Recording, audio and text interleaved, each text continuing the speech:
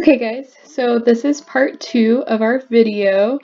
So in part 1, we are going through really what calorimetry is and the experiment, and now we're going to go into, okay, if we did the experiment in class and we had collected data, what would the math be? And so we're going to start with this first problem here, and I'm going to show you two different ways to solve these types of problems. Step 1, or example 1, I'll show you how to do one way, and example 2, I'll show you a different method. And example 1, the way I'm going to show you, that's my personal favorite way. It's how I learned. I think it is a lot easier to keep it all together and straight and not get things mixed up. But again, it's up to you. Whichever way you prefer is fine with me. And you can do both examples both ways. I just don't want this video to be like really long. So I'm just going to show you one way with one example and a different way with a different example. So example number 1 says pellets on an unknown, that should say of, not on, pellets of an unknown metal were heated to 95 degrees Celsius, and I'm going to highlight that because it's a number, and then transferred to a calorimeter containing 175 grams of water at 20 degrees Celsius. The highest temperature recorded was 23.6 degrees Celsius, and 96.0 grams of the metal were used. And then it says to calculate the specific heat capacity of the unknown metal. So with a calorimetry problem, you're going to have two sets of givens. So remember, we're still using our guess method. So GUESS, just like in yesterday's lesson. So G stands for given, U is unknown, E is equation, S is substitute, and then the second S is to solve. And so with our givens, you're going to have two sets. You're going to have givens for your metal, and then you're going to have givens for water, okay, or H2O. And so we're going to kind of keep them in columns to keep them organized. And so let's go ahead and write down kind of, we know M, C, so M of our metal, C of our metal, and then we're going to have a T initial of our metal. Well, we can just fill them in as we find them in the problem. So our first number is 95 degrees Celsius, and it says the pellets of the unknown metal were heated to 95 degrees Celsius. So that means our initial temperature of our metal is equal to 95.0 degrees Celsius. Okay, so we know that. It says, and then they were transferred to a calorimeter containing 175 grams of water. So we know that the mass of our water is equal to 175 grams. And it's at 20 degrees Celsius. So that water, the initial temperature of our water was 20 degrees Celsius. So we've got this metal that's 95 degrees Celsius and it's being transferred into the water, which is at a much colder temperature. And it says the highest temperature recorded was 23.6 degrees Celsius. Now here's the thing that I want to make sure is clear. You know, this is the kind of experiment that they're doing. They're putting a piece of metal in here. And so the final temperature, a key thing about the final temperature is the final temp for both the metal and the water are going to be the same because they're mixed together.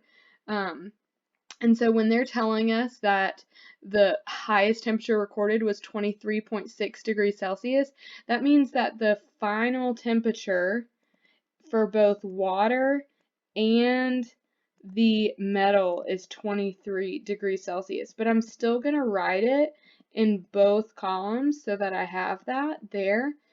And then it says that 96.0 grams of the metal were used. So we know that the mass of our metal is 96.0 grams.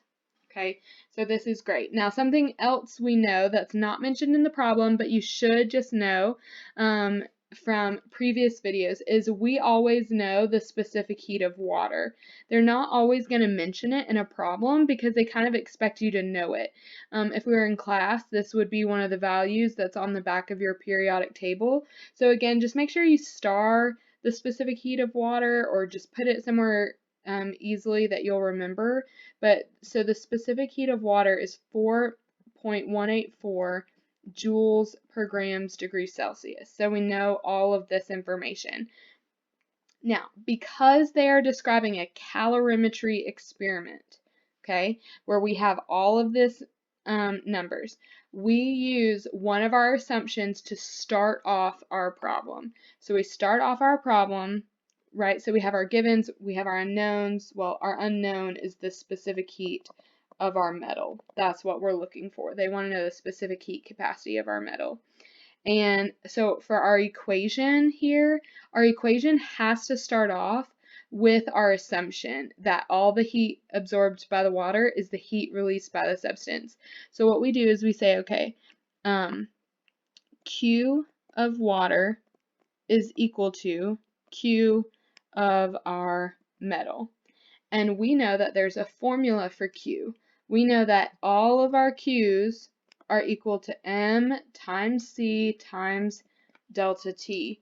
And so what we can do is we can say, okay, well, Q of our water, I can substitute that for M of our water times C of our water times delta T of our, oops, I forgot the T, delta T of our water. And that's going to be equal to, and I forgot to put my negative sign by Q metal, but that's important, negative M of our metal times C of our metal times delta T of our metal. And we can see right here that this is what we're looking for, that C of our metal. That's what we're trying to solve for. And we have all of the other numbers, or the numbers that we need to figure that out. So one thing that we do need to do is calculate our delta T's. So if we look at our metal, we can see that our delta T here, which remember, our change in temperature is always going to be our final temperature minus our initial temperature.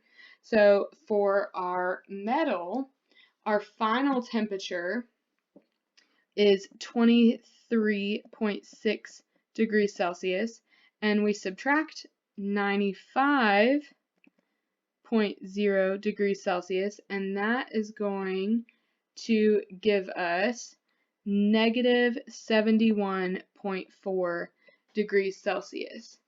And we need to, and that's the change in temperature of our metal. And you know what, since it's long anyway, I'm just going to spread it out. So negative 71.4 degrees Celsius, and our change in temperature of our water is calculated the same way. We have the same final temperature as the metal, but our initial temperature was 20.0 degrees Celsius, which is going to give us a change in temperature of a positive 3.0 or 3.6 degrees Celsius. And so this is important because we can see that this number here is negative, right? The temperature of the metal, the change in temperature, it decreased by 71 degrees Celsius, which makes sense. It was really hot and we put it in cold water and the metal got had less heat by the end. The water, however, was at 20 degrees Celsius. It had a hot metal put into it, so its temperature increased because it was an endothermic process and it absorbed that heat. And so now that we have our delta T's, we can kind of plug in our math. So we can say, okay, our mass of our water was 175 grams. The specific heat of water is 4.184 joules per grams degrees Celsius. Our change in temperature of our water was 3.6 degrees Celsius. And I'm going to kind of move this over just a tad to make sure we can keep our equal signs kind of lined up.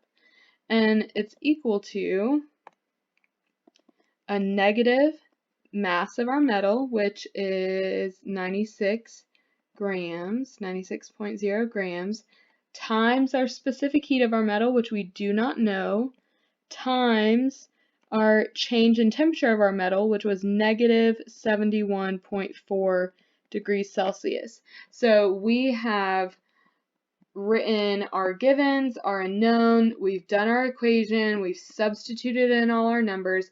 Now it's time to solve.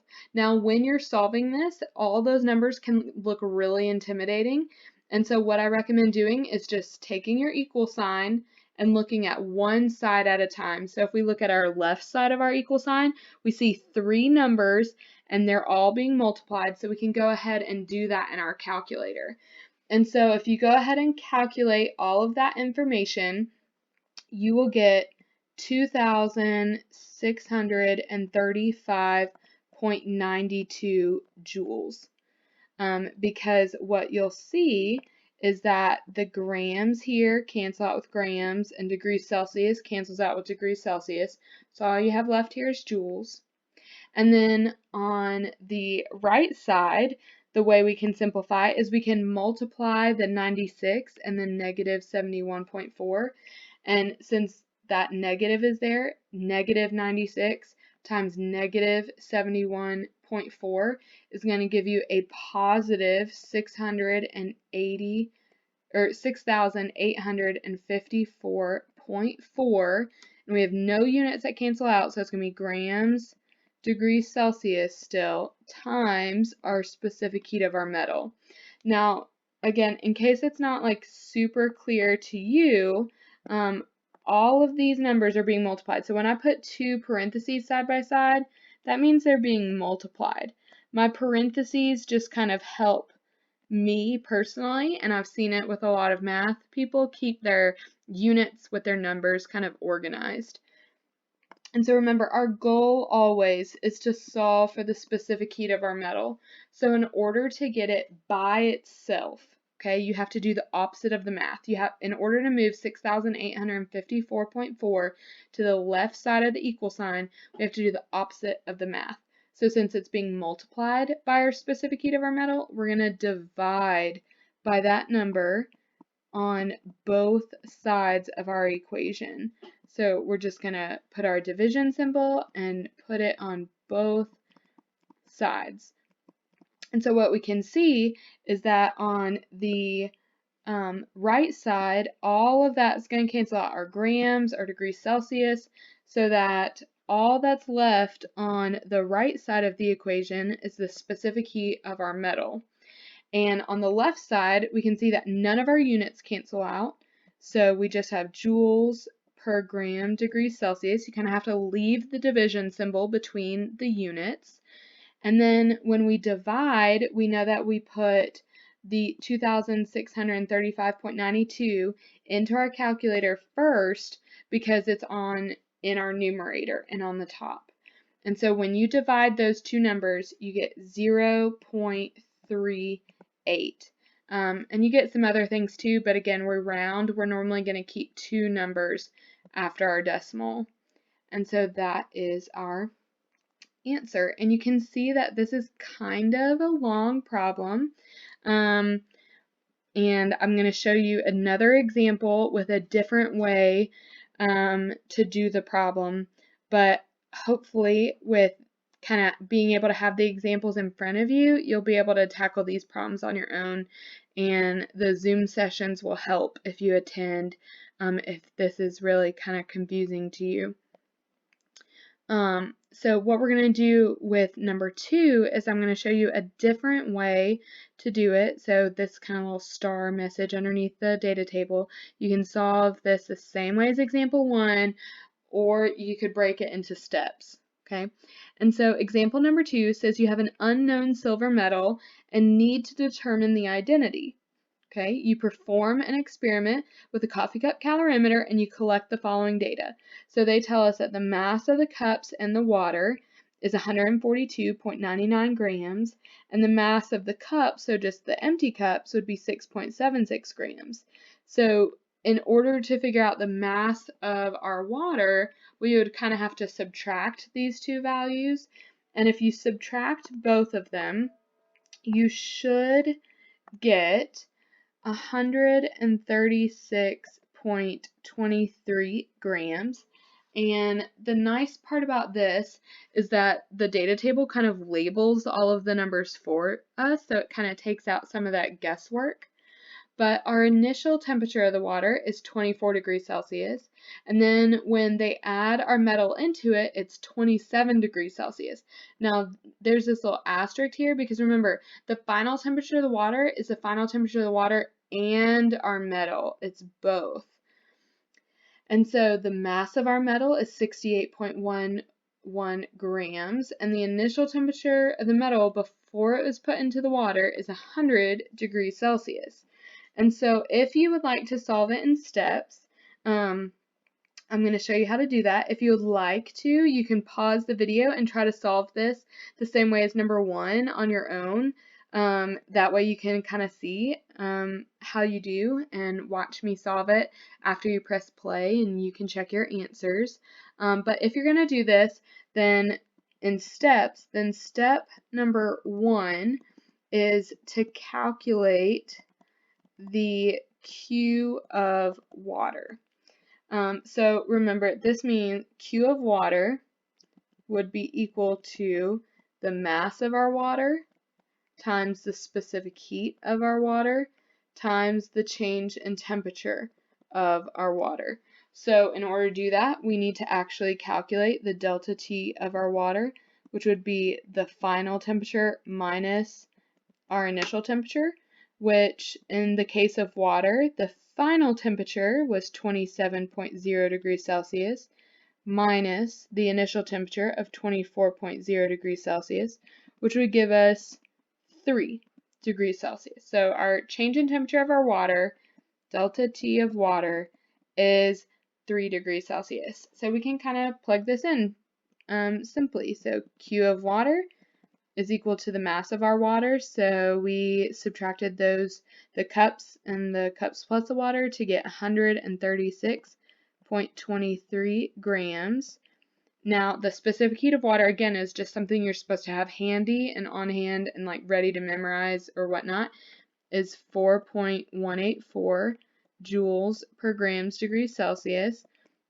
And our change in temperature was 3 degrees Celsius. So now all we have to do here is just multiply. So Q of that is all of those numbers multiplied together, which is going to give us 1,709.96 joules. Okay, so then step number 2, and there are 3 steps. Step number 2 would be to kind of transfer and do our assumption. So the assumption, again, is that negative Q of our metal is equal to Q of our water. So that means if Q of water is equal to 1,709.96 joules, then that would just be equal to negative 1,709.96 joules. And so that's kind of what our Q of metal would be. So we can, step 2, the ultimate thing to know is that Q of metal is equal to negative 1,709.96, oops, put that backwards, 0.96 joules. So basically you take the number from step 1, and all you have to do is put a negative sign in front of it. Even if you don't understand why, I can explain it on a Zoom call if I haven't been very clear in this video, but just put a negative sign in front of it. And then step number 3 is to solve for C of metal. So use your Q equals MCAT formula to solve for C of our metal. So we know that Q of our metal is equal to the mass of our metal times C of our metal times the change in temperature of our metal. So the change in temperature of our metal is going to be equal to, let's see, the final temperature was 27.0 degrees Celsius minus our initial temperature of the metal, which was 100 degrees Celsius. And when we subtract, that gives us negative 73 degrees Celsius. So that's the change in temperature of our metal. And so we can plug in everything that we know. We know that Q of our metal is negative 1,709.96 joules, and it's equal to the mass of our metal, which, if we look back at our data table, was 68.11 grams. We do not know C of our metal, and then delta T of our metal was negative 73.0 degrees Celsius. And so now we can just simplify and solve for specific heat of our metal. So on the left side, we have negative 1709.96 joules. We can multiply 68.11 times negative 73.0 in order to simplify the right side, and we get negative 4,972.03 grams degrees Celsius times cm. And again, remember, cm is what we are solving for the whole time. The goal is to get it by itself. So in order to get it by itself, we have to divide on both sides. So divide by this number and its units on both sides. And everything on the right side cancels out except for the specific heat of our metal, and none of our units cancel out on the left side. And so when we divide negative 1,709.96 divided by negative 4,972.03, we get 0.34 joules per grams degrees Celsius. And so we have our answer. So you can kind of see that this takes up a little more paper than solving it the way I did in example 1. Like, it's just takes up more space on your paper, but if you like the breaking it up by steps, then this is a perfectly fine way of doing it. If you think that this is a little more streamlined and you like to do it that way, I don't care which method you use to solve the problems, but I care that you do them. So I'm again going to upload some problems to allow you some time to practice if you would like, but again, they're optional, and your quiz is going to have at least 2 of these problems on there, which I know is a lot, but just trying to give you the feedback. So have a good day, guys.